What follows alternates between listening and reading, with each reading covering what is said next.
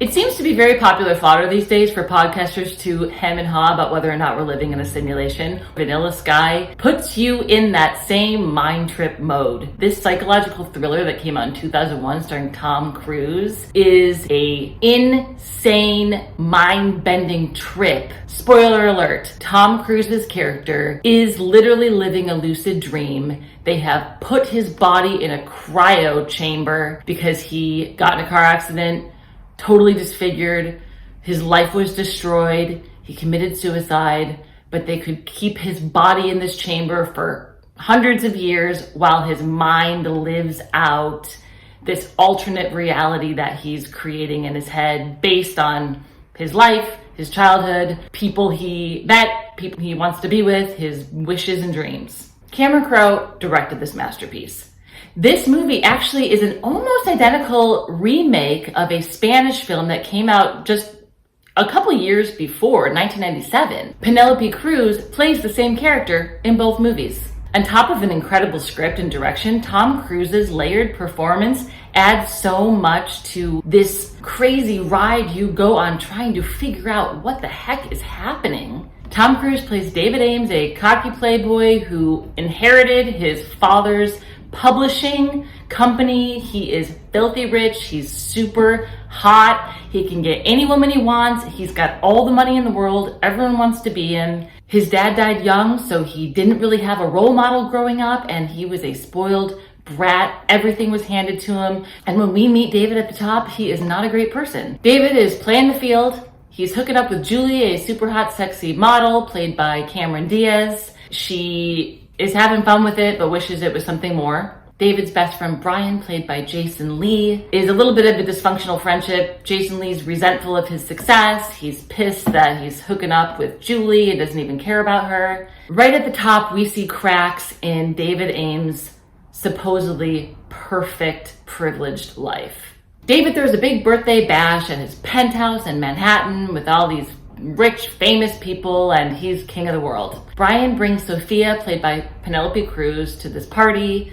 Penélope Cruz is a standout. She's beautiful and sweet with a little bit of quirkiness, but also she doesn't care about David's wealth. She's not impressed by the money, by the celebrity. Right away, David and Sophia hit it off. Cameron Diaz's character, Julie, isn't even invited to the party. She shows up.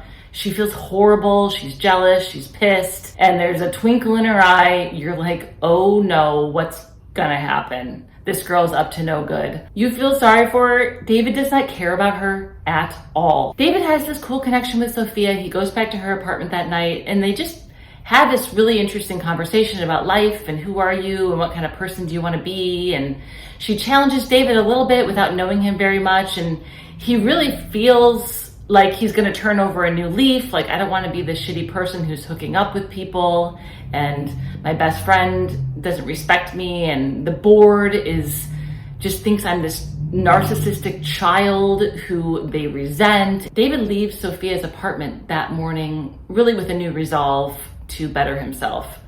Well, Julie has followed him there, and she's like, get in the car, let's just talk. It's all good. Like, I get it. You're going to move on. You don't want to be with me. Julie has lost all sense of reality and is so deep into this dark hole that she drives straight off of a bridge with David in the car. David starts living in an absolute nightmare. He's disfigured. He's isolated. Sophia doesn't want to be with him. His best friend doesn't want to be around him. He's basically going to lose the company. He's destroyed. The fascinating mind bend in this movie is time is being cut back and forth, and David is like in a jail cell with a therapist played by Kurt Russell, and you're like, what nightmare just happened? Did he get into the accident? Did he not get into the accident? Did he get better? What's under the mask he's wearing? Who did he kill? It's like the concept of simulations and dreams can go from something so magnificent in 1 second and turn into the worst hell the next. Like, who are we? Why are we here? What is this reality? Do I have complete free will? Is there someone else pulling the strings? Why is this person here acting weird? Is deja vu an actual thing? Did I live another life? Are there multiple lives out there? Who's in control? You are asking all of these questions as this psychological thriller masterpiece goes on. I really appreciate that this story plays out to the very end. Like, we find out who the mystery guy was that was kind of following David around in the bar. Like, who's that guy? Pretty much every question is answered by the end of the film. And then David gets asked the ultimate question.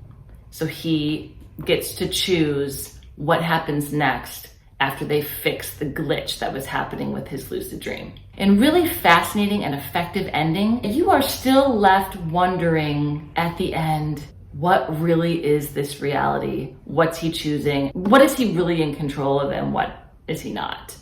So it still leaves you with that cliffhanger that you can create sort of the ending for yourself in your own mind. What did you guys think about Vanilla Sky? Go back and visit it. It's been a long time. It didn't do well in the box office at the time because it happened right after 9/11 in 2001. Because people just wanted a fun, happy escape movie. And this film really introduces a lot of weird, mind-bending, almost evil aspects to the reality that we live in. But now people are revisiting it going, this is an insanely incredible movie. What do you guys think? What's your favorite part of this movie? What does it bring up for you? What are your thoughts on the simulation reality discussion?